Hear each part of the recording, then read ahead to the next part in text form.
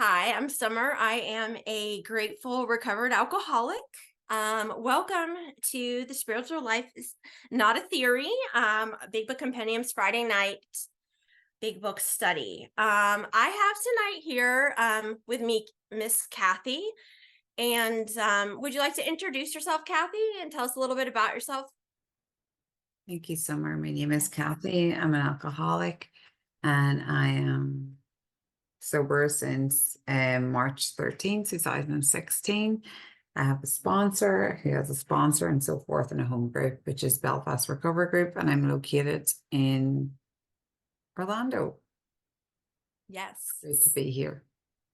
Thank you, Kathy. Great to be here. Great to have you here as well. Okay, so we're gonna just get right into it.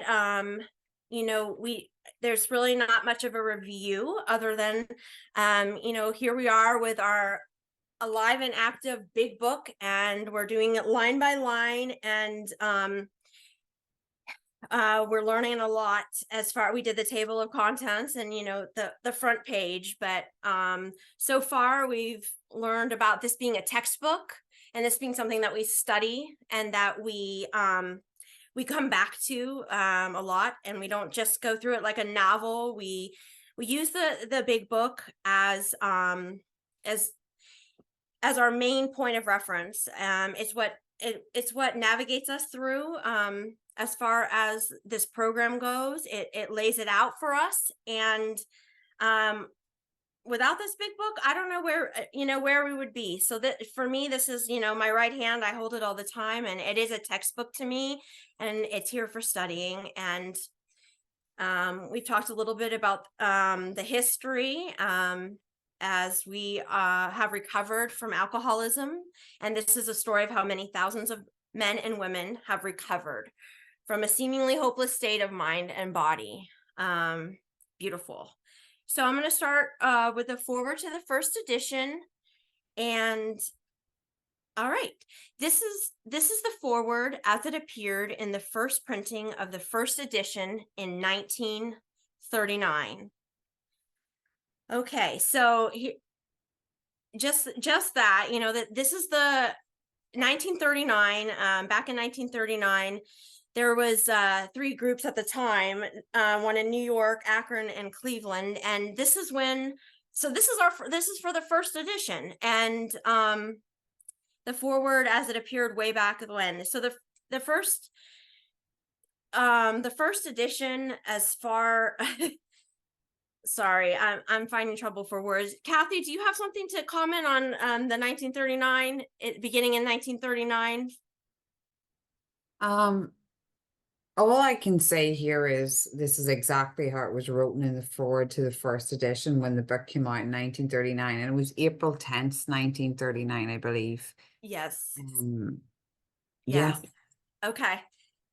Um, and yeah, we'll start with we of Alcoholics Anonymous are more than 100 men and women who have recovered from a seemingly hopeless state of mind and body. So we, just the word we. So when we're talking about we, it's not necessarily the we of the program. We're talking about the first 100 people of Alcoholics Anonymous. It can actually be broken down. I mean, there was less than 100 people at the time, but that's who this book is referring to when we're talking about we of Alcoholics Anonymous. And here's that word again, recovered, that we've talked about a couple times so far, and recovered from a seemingly hopeless state of mind and body. Kathy? Yeah. The we being the first 100, and recovered, very important that it's past tense. These people have been returned to a normal sense, a normal state of health or mind. So in other words, they are recovered. And when I came here, I wasn't recovered. I was in a state of recovery. So it's past tense. from this seemingly, what seems to be a hopeless state of mind and body. And that's a very important word to look at. It seems hopeless. It's seemingly, but as we know today, as many recovered alcoholics we have in this fellowship, that we can be recovered. We go against the medical profession. We're here to attest that we are recovered from this seemingly hopeless state of mind and body. So that's all I have. Yes. Thank you, Kathy. All right. To show other alcoholics precisely how we have recovered is the main purpose of this book. For them, we hope these pages will prove so convincing that no further authentication will be necessary. We think this account of our experiences will help everyone to better understand the alcoholic. Many do not comprehend that the alcoholic is a very sick person. And besides, we are sure that our way of living has its advantages for all. All right, Kathy? Okay, so to show other alcoholics precisely, and we see some squiggly writing here. So precisely is like, literally, I look it up. It's exact terms. It's not vague. They have wrote this to show us precisely in exact terms how we have recovered, again, past tense, return to a normal state of health or mind, etc. And that is the main purpose of the book. That is why it's wrote, to show us who've come in the door. And it says, for them, we hope these pages will prove so convincing that no further authentication will be necessary. So they're hoping that we will be so moved by the pages in this book that we will be so convinced, if you want to say it in that way, that we don't have to look any further than this book, or actually we don't have to drink anymore. Basically, there's no further authentication that will be necessary. And they're saying, we think this kind of our experience will help everyone better to understand the alcoholic. Yes, they've laid it out for us. Many do not comprehend that the alcoholic is a very sick person. I did not know when I got here that I was very, very sick. I thought I just had a drinking problem. That was it. And maybe my life was a bit crappy, but I did not know that I was very, very sick until I started to get better. I started to see that I was very sick. And what I was also taught was, we're very sick, both spiritually, mentally, and physically, 3-part illness. Mm-hmm. And besides, we are sure that our way of living has its advantages for all. When I work these 12 steps and the transformation happens in my life, this psychic change, it has its advantages for the people I live with, the people I work with, the people that are around me. So it has its advantages for all. And that's all I have on that. Summer, thanks. Yes, thank you, Kathy. Yeah, definitely. As far as like it having advantages for all of our family members, this program not only does it help the person that goes through it, and this big book does not just help the person that's going through it, but as we live it out and it as a way of living, it has our advantages. It has advantages to everyone that we come in contact with. It has a trickle effect. And yeah, perfect. Thank you. It is important that we remain anonymous because we are too few at present to handle the overwhelming number of personal appeals which may result from this publication. Being mostly business or professional folk, we could not well carry on our occupations in such an event. We would like it understood that our alcoholic work is an avocation. Okay, Kathy? I think it's pretty self-explanatory, because it's so early in 1939 when they're publicizing this. And I also think of our traditions as well. But we would like it understood that our alcoholic work is an avocation. So I'm doing this basically in layman's terms for fun and for free, and that's all I have for that. Yes, and it's it's as far as avocation, exactly, fun and free. And I have from page 159 and a vision for you. Um if I mean, you all don't have to turn to it, but it's about halfway down. Um where it says these men had found something brand new in life.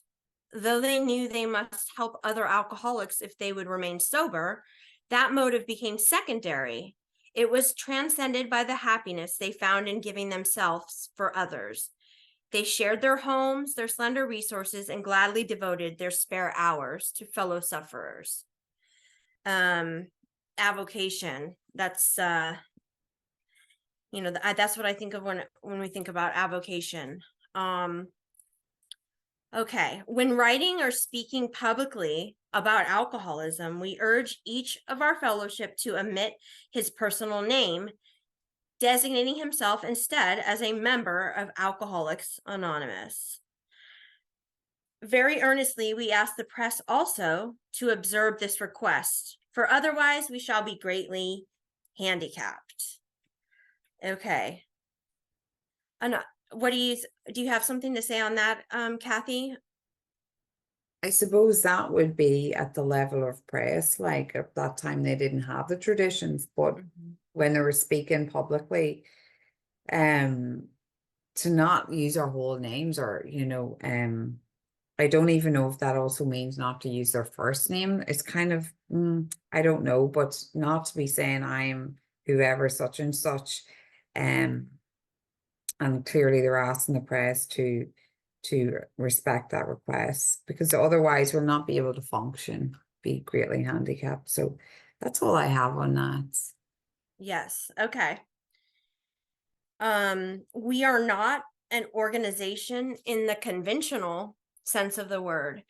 There are no fees or dues whatsoever. The only requirement for membership is an honest desire to stop drinking.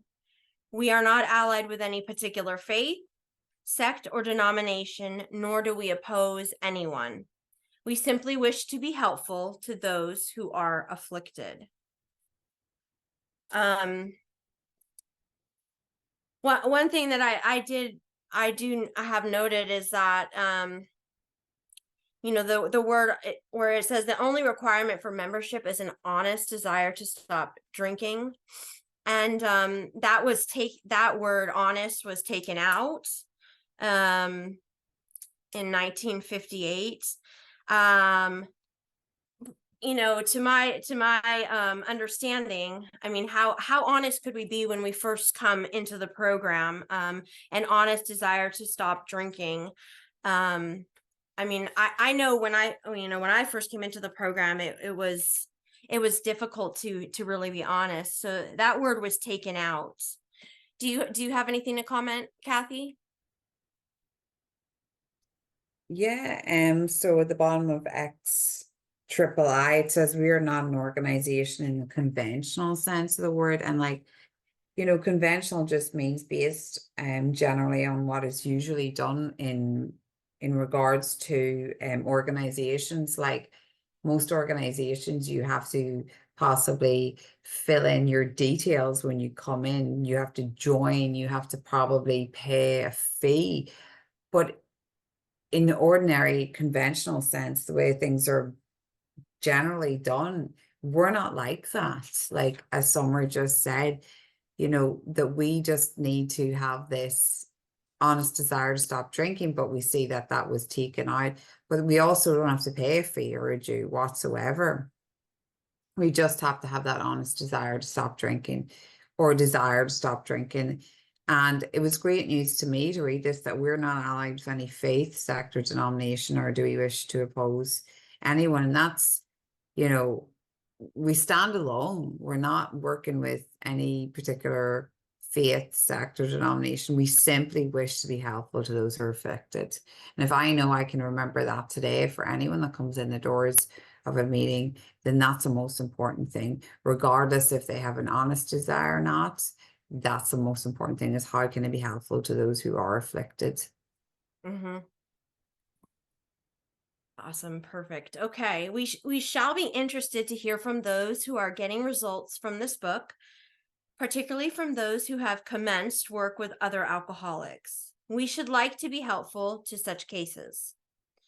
Inquiry by scientific, medical, and religious societies will be welcomed. Alcoholics Anonymous.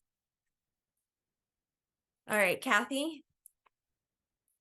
Yeah, it brings me back in time, this, and I think of where we are today compared to where they were in 1939, about how they really wanted to hear from people who are using the book, getting results, being recovered, becoming recovered. Because there were so few back then,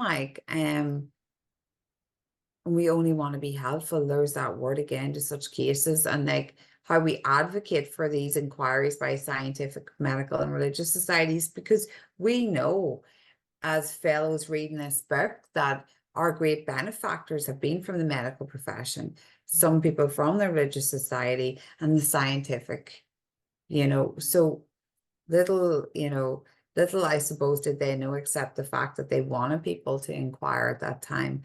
So yeah, that's all I have on that. Mm-hmm. Okay, perfect. Thank you. Okay, so that's we're gonna continue on to the forward to the second edition on XV. And all right. Forward to the second edition. Figures given in this forward describe the fellowship as it was in 1955. Since the original forward to this book was written in 1939, a wholesale miracle has taken place. So about 16 years have gone by, and so now we're in the forward to the second edition, and a wholesale miracle has taken place. A supernatural thing has taken place. Our earliest printing voiced the hope that every alcoholic who journeys will find the fellowship of Alcoholics Anonymous at his destination. Already, continues the early text, 2s and 3s and 5s of us have sprung up in other communities. Kathy, do you have anything?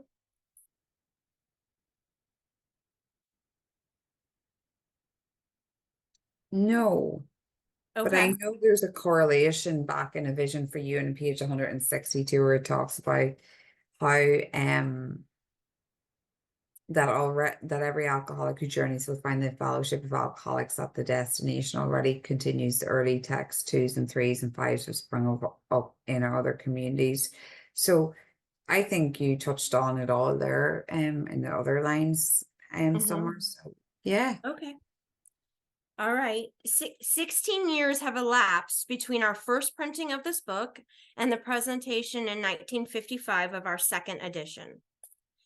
In that brief space, Alcoholics Anonymous has mushroomed into nearly 6,000 groups whose membership is far above 150,000 recovered alcoholics. Groups are to be found in each of the United States and all of the provinces of Canada. AA has flourishing communities in the British Isles, the Scandinavian countries, South Africa, South America, Mexico, Alaska, Australia, and Hawaii. All told, promising beginnings have been made in some 50 foreign countries and US possessions. Some are just now taking shape in Asia. Many of our friends encourage us by saying that this is but a beginning, only the augury of a much larger future ahead. Okay, Kathy? Couple of things here. So we have 16 years later and we're into the forward to the second edition, like somewhere it said, and how it has been 15 years since the first printing.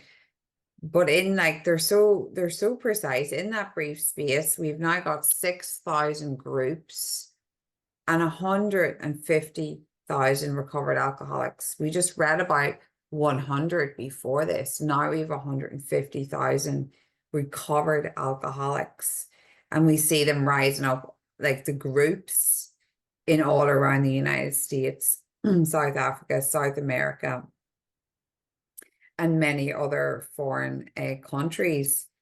Um, so that's a great increase in numbers. And I know this, this fourth or second edition is just chock full of history. And we're just beginning in 1955 to take shape in Asia. I love this line. Many of our friends encourage us by saying that this is but a beginning, only the augury of a much larger future ahead. And that word augury is a vision. And like I often look at that and I often wonder, does Bill Wilson, did he really know how much of a vision, how much of an augury would this be? Like we're all byproducts of Bill Wilson's spiritual experience. Like it's just amazing. That's all I got. Thanks, Summer. Yeah.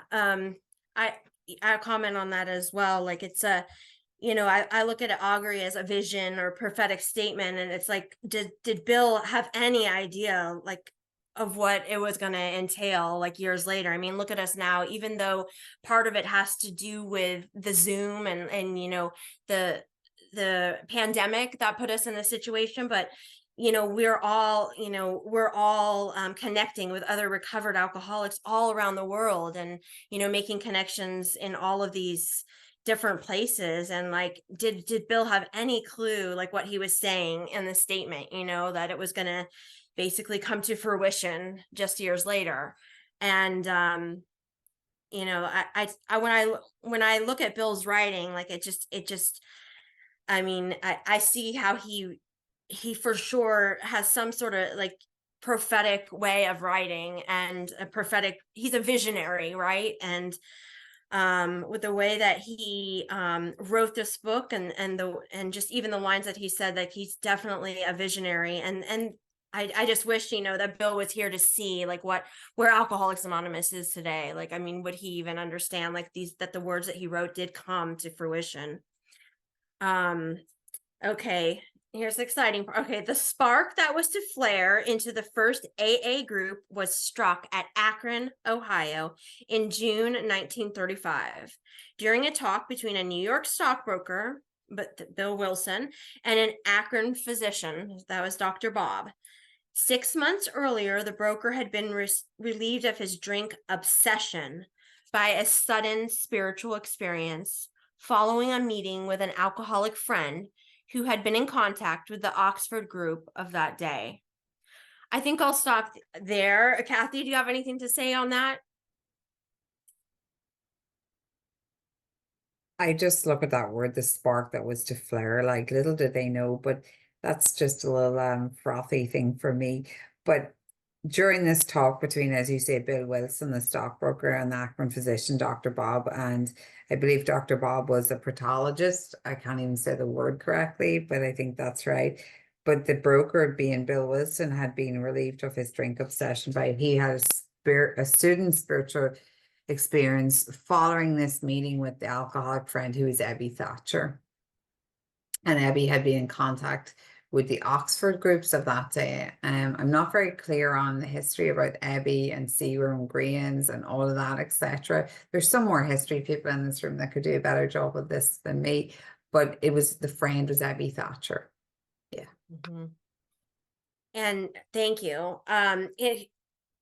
I've heard people ask and wonder, is the word obsession in our book? And here it is right here, of his drink obsession by a sudden spiritual experience. And we'll later, I don't want to give it away, but we'll talk about the different, we have a spiritual experience, which Bill had a sudden spiritual experience. And then there's also the educational variety. That is what a lot of us have had. I know for myself, but he had the sudden spiritual experience. All right, moving on back to the book. He had also been greatly helped by the late Dr. William D. Silkworth, a New York specialist in alcoholism who is now accounted no less than a medical saint by AA members, and whose story of the early days of our society appears in the next pages. From this doctor, the broker had learned the grave nature of alcoholism. Okay, Kathy? Yeah, so again, so much here. As we know, we account him no less than a medical saint, Dr. Silkworth, and he's, in the which Summer will get to, I'm sure, in a couple of weeks, is the doctor's opinion. Dr. William Duncan Silkworth, who treated more than 40,000 alcoholics in Towns Hospital. Um, yeah, and like I think it's fairly self-explanatory. Um, the next line, I think, which I'm not sure if we've read it, but how Dr. Silkworth was able to give Bill Wilson the grave nature. And I always think of that word grave because that's exactly what it is. It's a grave nature that we have this illness. And he was able to give him the problem, basically, of what we suffer from. So we are blessed. So that's all I have on that, Summer. Okay. Yeah, and Dr. Silkworth, we'll be talking about him, and it's just, I mean, for us as alcoholics, to have a doctor to actually, come up behind us and talk about our illness and talk about the medical component of our illness, and to be able to back that up, I think was a really big deal back then. And I think, I mean, it still is a very big deal, but even more so back then, to have that medical that expertise to come back and back us up with our stories and our experience, and to be able to be a witness to what our illness actually entails, was a really big deal. Okay. Though he could not accept all the tenets of the Oxford groups, he was convinced of the need for moral inventory, confession of personality defects, restitution to those harmed, helpfulness to others, and the necessity of belief in dependence upon God. So, moral inventory, step 4, confession of personality defects. That's confession would be step 5, and of our defects, we go into greater detail with our defects in 6 and 7. Restitution to those harms, 8 and 9, steps 8 and 9, and helpfulness to others, step 12, and the necessity of belief in and dependence upon God, 10 and 11. Do you have anything to say on that, Kathy? I have something, but I'll give you what was taught to me. It says, though he did not accept all the tenets of the Oxford groups. And on page 263, I was brought here, it's in the stories, but they talk about the 6-step program. And the 6 steps were: 1, complete deflation; 2, dependence and guidance from a higher power; and 3, moral inventory; and 4, confession; 5, restitution; 6, continued work with other alcoholics. And what was brought to my attention in that was the fact that Bill Wilson really, through, I can't speak for him, but, I can look at my own experience as well. And he had a hard time accepting complete deflation, and that was the same for me. Like, I couldn't accept it. I couldn't admit, I couldn't let in the idea that I was alcoholic, but I was deflated by my ego, by alcohol. That was the only way. So, that was what I was taught about this line. But the rest, Summer has outlined the steps, and that's exactly what our steps turned into be today. So that's all I got. Okay. Thank you, Kathy. Okay, moving on. Prior to his journey to Akron, the broker had worked hard with many alcoholics on the theory that only an alcoholic could help an alcoholic, but he had succeeded only in keeping sober himself. The broker had gone to Akron on a business venture which had collapsed, leaving him greatly in fear that he might start drinking again. He suddenly realized that in order to save himself, he must carry his message to another alcoholic.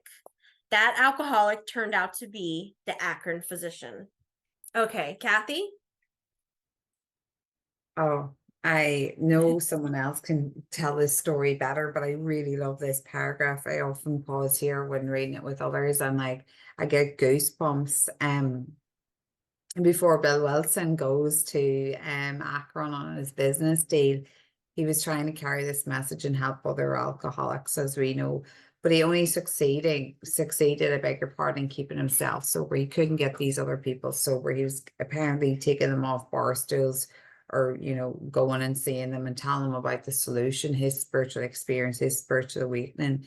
Um, and he returned home and the story goes as such that, he said to, Lois, I guess, and was like, I can't help anyone. I'm not, helping anyone getting sober. And she said, well, Bill, you're sober. And that says, he succeeded in helping, I beg your pardon, succeeded only in keeping him in sober himself. Um, and, he went back and he returned to the Town's Hospital to see Dr. Silkworth, and Silkworth told him, you got to stop, you know, what's the word, preaching at these drunks. You got to tell them about the problem. You got to tell them about the grave nature of alcoholism. And if they're interested in that, let them find a way in to ask them how you got well, how you had this transformation, this spiritual awakening. And, in that moment, when Bill set out to Akron, he was like, the only man armed with the problem and the solution for alcoholism in that moment. And the first person that he carried the problem and the solution to was, as we know, Dr. Bob. And what gives me goosebumps is Dr. Bob was the first person he did it with, and it worked.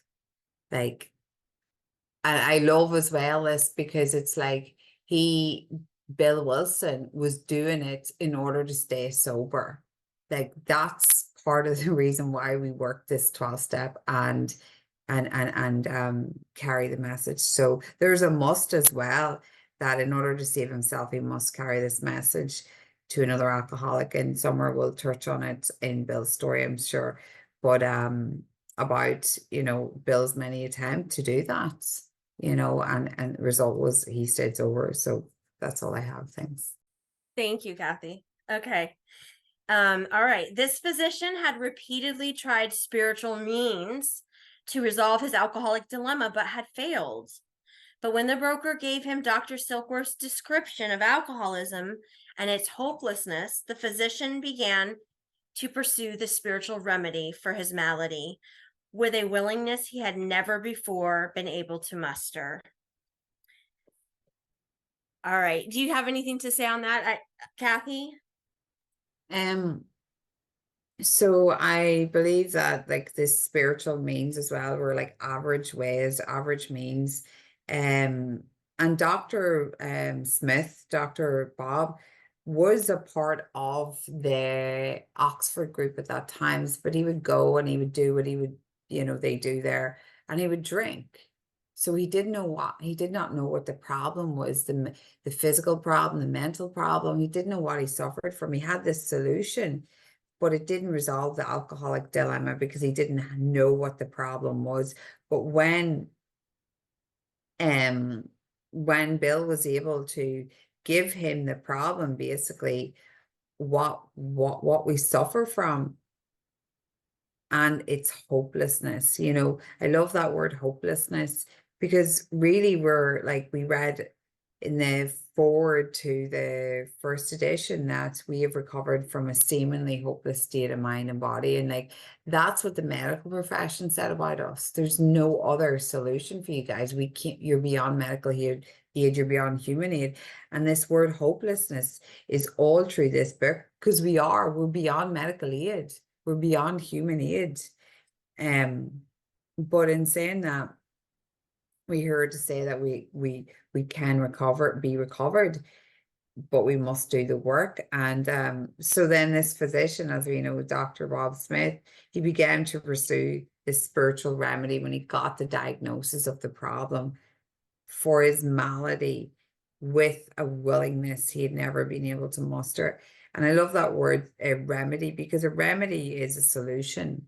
Like, it's to remedy something. So this spiritual remedy for the thing, the ailment we suffer from, this malady, with this willingness he had never been able to muster. And that's all I have. Thanks. Thank you, Kathy. And I love how you touched on the hopelessness, because in the natural, when we look at hopelessness, we think of something like, that might not be the best news, but for us alcoholics, this is a good thing, because when we're in our state of hopelessness, we can't, then there is hope for us, like that. It wasn't until I was hopeless was I able to find hope. Like we had to come to that state. You know, like Kathy was saying, lack of power, is our dilemma. And without that power, without that hope, when we come to that place, then we actually have somewhere to move forward to. We actually have something to move from. Okay, so he sobered, never to drink again, up to the moment of his death in 1950. This seemed to prove that one alcoholic could affect another as no non-alcoholic could. It also indicated that strenuous work, one alcoholic with another, was vital to permanent recovery. Okay, Kathy? Wow.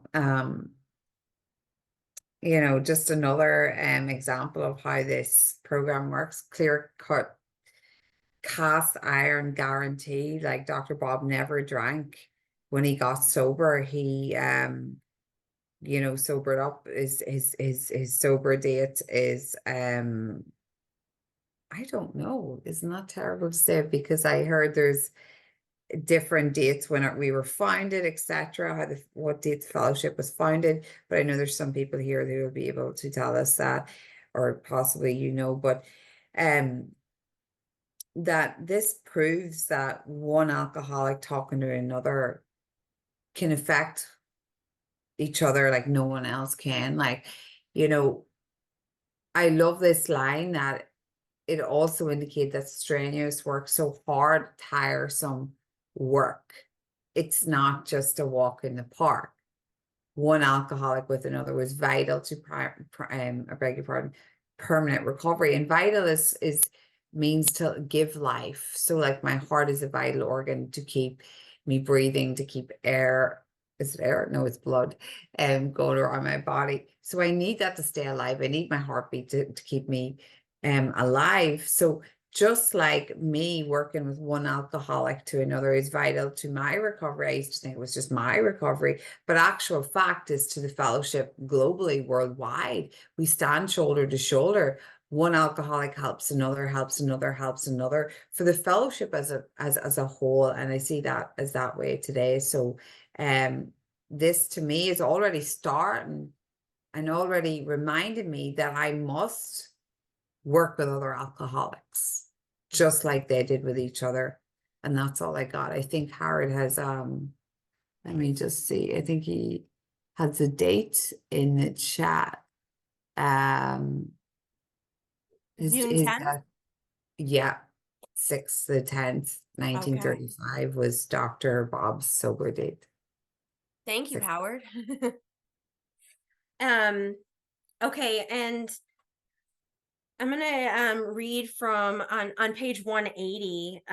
Just Dr. Bob and Bill, they shared a special. I mean, I'm gonna read from what Dr.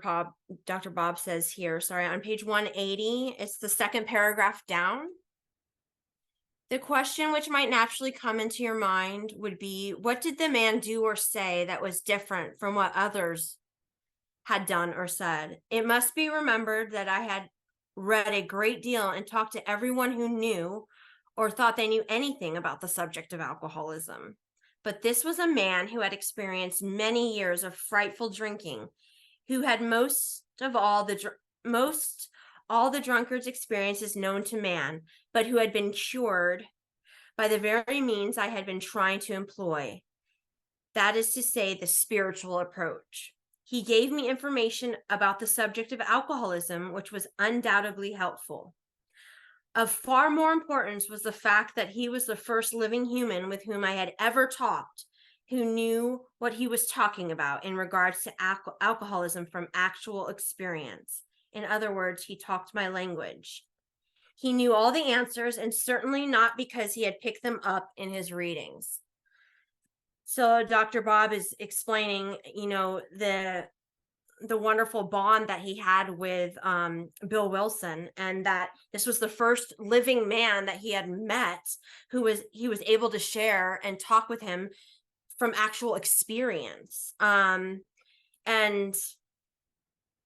it wasn't just from readings, it wasn't just from history and things about alcoholism. I mean, this was what was first supposed to be. Dr. Bob said, well, okay, yes, Bill can come over and give him 5 minutes, and it turned into 5 hours.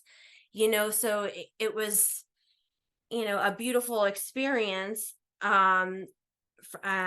that Dr. Bob had. And he was hesitant on even allowing Bill to come over and even to allow him to speak with him.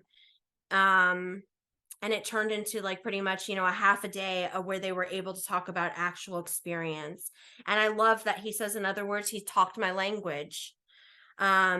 He knew all the answers, but he hadn't picked them up from reading. He hadn't picked them up from, learning things, from history or different books. He had picked it up from experience. And here are some squiggly lines, and we know how important those lines are for this book. Kathy, do you have anything to comment on this? No, you said it all. Okay. All right. Moving on page XVI, first paragraph. Hence the two men set to work almost frantically upon alcoholics arriving in the ward of the Akron City Hospital. Their very first case, a desperate one, recovered immediately and became AA number 3. It was Bill Dodson. He never had another drink. This work at Akron continued through the summer of 1935. There were many failures, but there was an occasional heartening success.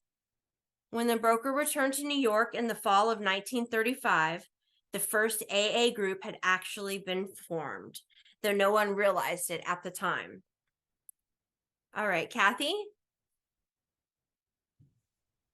I love some of the words that he's used, that, Bill Wilson and Bob Smith set to work almost frantically. Like, they were so convinced, they were so moved by this, that they went out to the Akron City Hospital, and that was where Dr. Bob worked.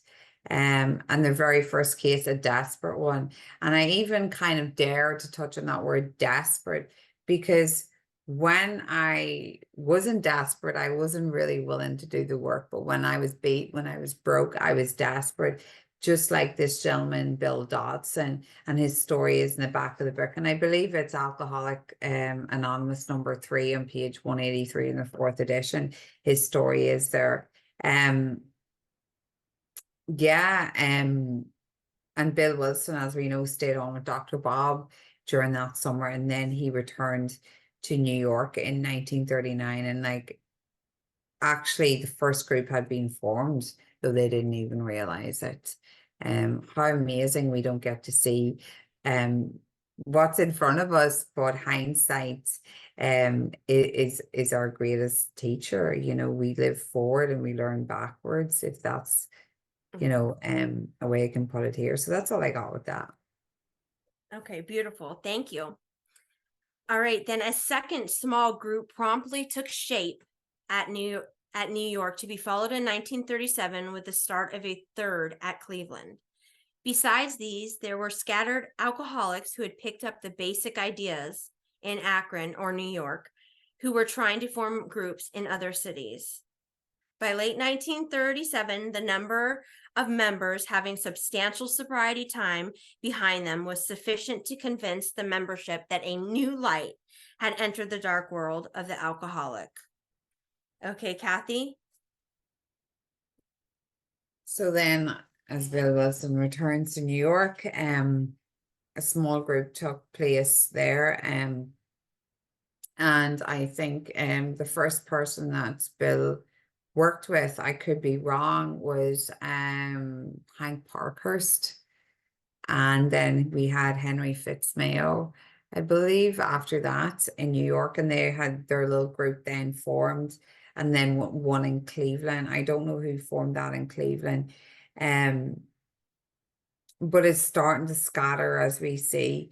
And by late 1937, these members had enough time behind them to convince us, well, we weren't there at that time, but to convince that a new light had entered the dark world of the alcoholic, and that new light was the Big Book, which is the nickname for this book.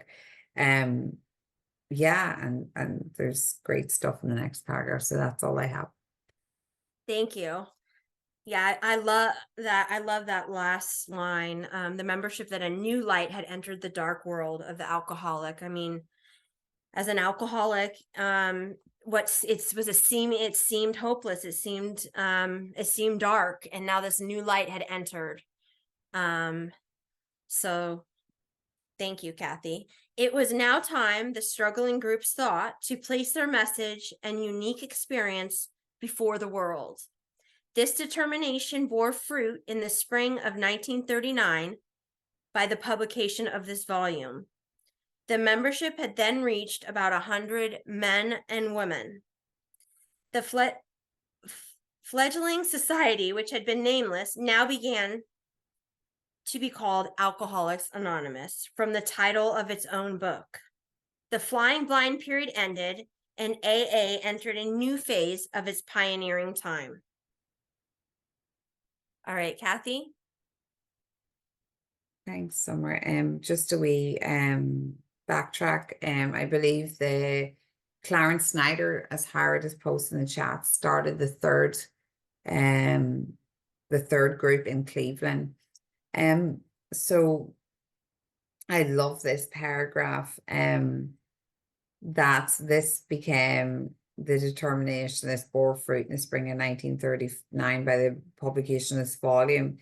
The membership reaches 100 men and women. This fledgling society, I guess, they were meeting up, but they didn't have names for these, meetings like we have today. We call them a meeting of Alcoholics Anonymous. They didn't have a name for it. They just had this fledgling society.